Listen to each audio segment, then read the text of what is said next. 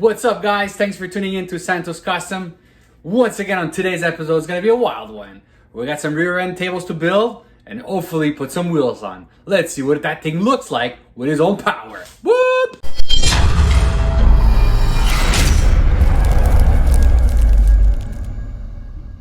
Here it goes, folks. So I created a small jig that's gonna hold my piece so I can make a hole and a notch with the hole saw.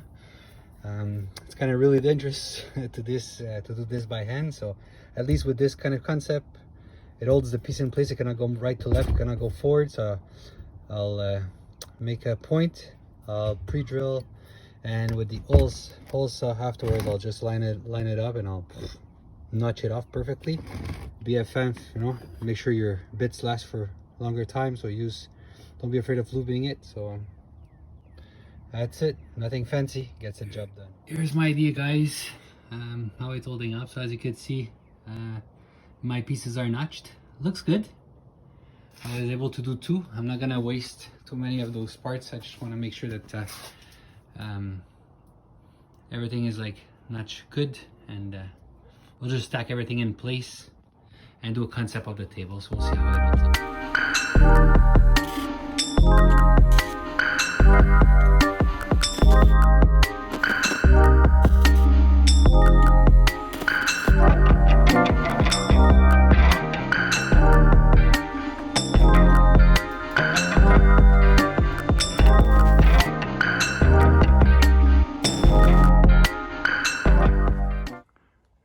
Initial, as we call it in IT, POC, like proof of concept. I tacked it all.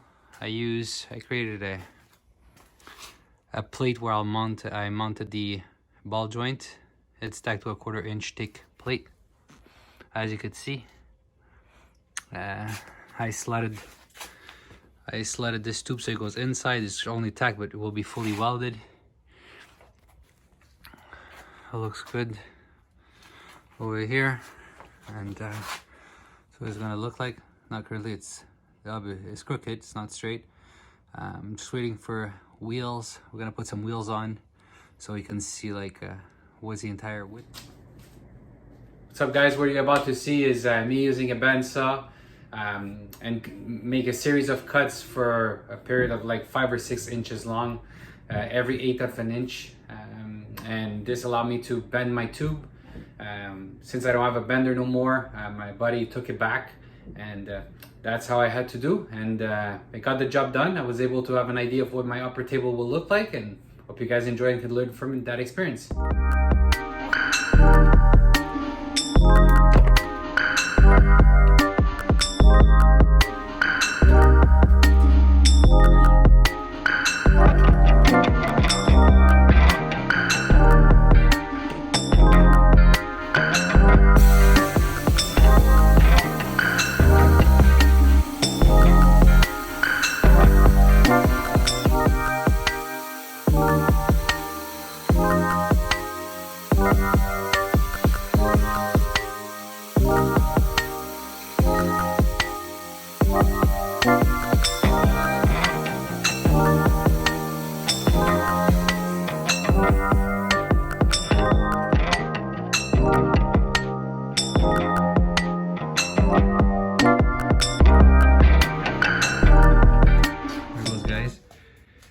Well, this is what I'm going to be working with. I think I'm going to go and mark this up and notch it off, see if it fits.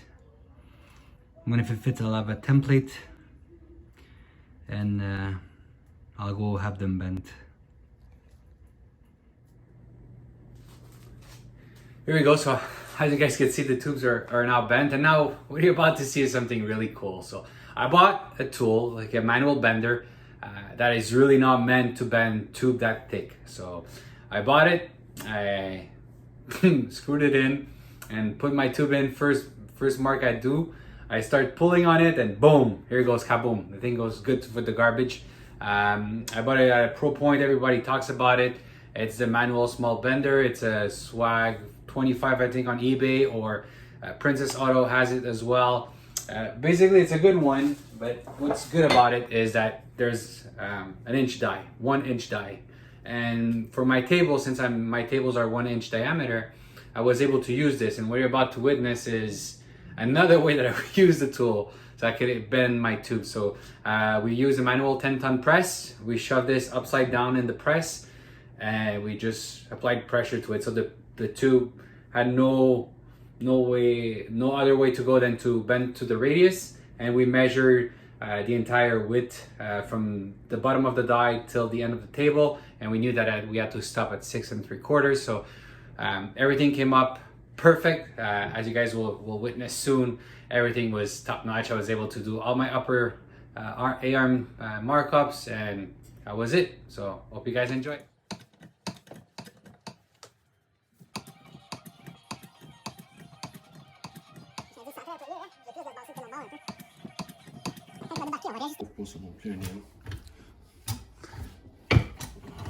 So we're going for a take 2, boys.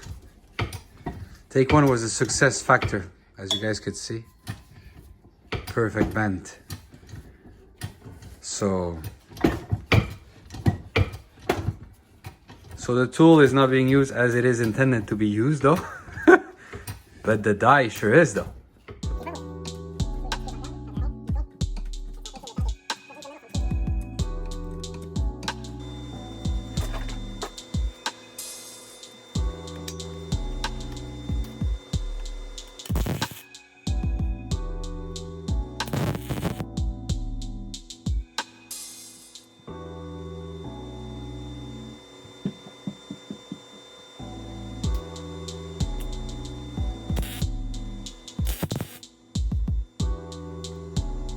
There he goes.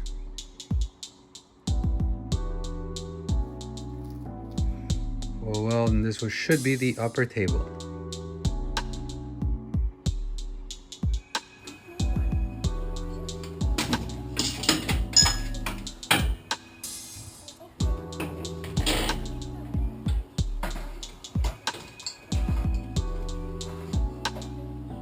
Oh yeah. So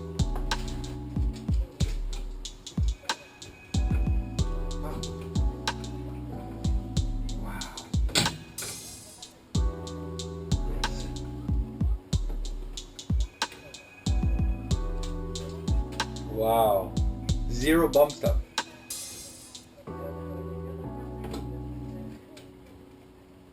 What? Insane! Now let's see what the wheel's on. As you guys just saw in the video, there's like 0 table bump. It goes up and down smoothly. This is approximately the right height that I want my tables to be set up.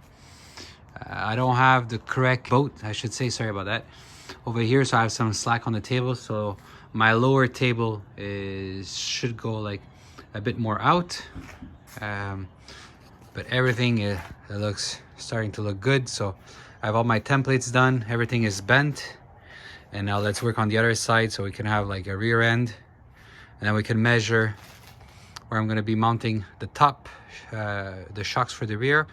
I'm gonna just weld a plate on it where the shock tower will be mounting on, and we'll take it from there. So keep on watching. It's gonna be awesome. There it goes. So I'm about to cut the piece that will be holding the ball joint for my lower table. There we go. So I installed the adapter plate that I made on the second spindle. Still using temporary nuts. And now we came here for the second side, get everything like squared out, and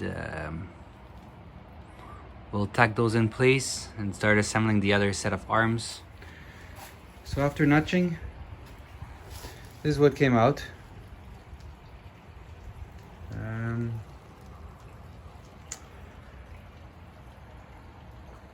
I think I could have done a better job though.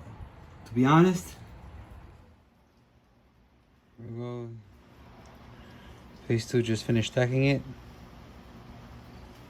We'll just put it back on the buggy, make sure everything lined up, and then we'll measure the top piece to go from side to side, notch it, and do the final welds. There it goes. So I just put it in, test fit what I just welded, and everything line up's pretty good. I like it. Now I'm just gonna measure the piece that's gonna go from here. It's 13-inch inside, and we'll go notch those off and we'll be right back, folks. There it goes. So this side is now done. Done. A big word, done. It's stacked. Which is good for now. So I'll try to make you guys see what it does. So you guys could see. Not in the way, but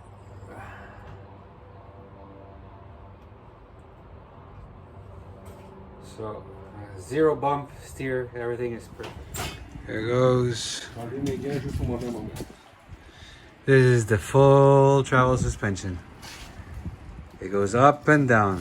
This one down. So it's kind of like crazy. Don't mind the crooked wheels.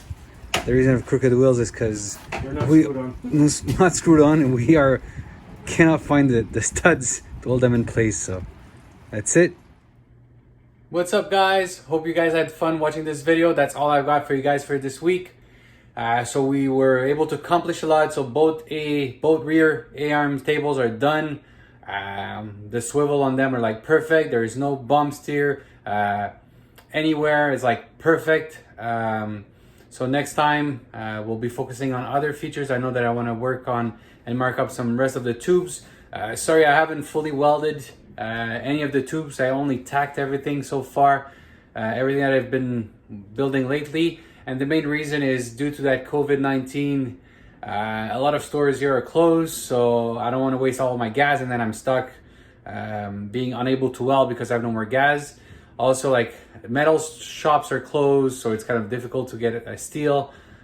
So I really have to think twice in which area I want to work on and keep on improving the buggy. So now I still have a lot of tube, 1.5 inches. I want to finish start bracing the front and see where we could reach. Hopefully be able to accomplish the front A-arm tables as well, so I can have a rolling chassis. And then afterwards we'll start playing on the rear axle so that we can try to see if it moves on its own. But we're still far from that end goal. So hope you guys enjoyed the video, guys. That's all I got for you guys for today. So if you like, please subscribe, hit the like button, and see you on the next episode.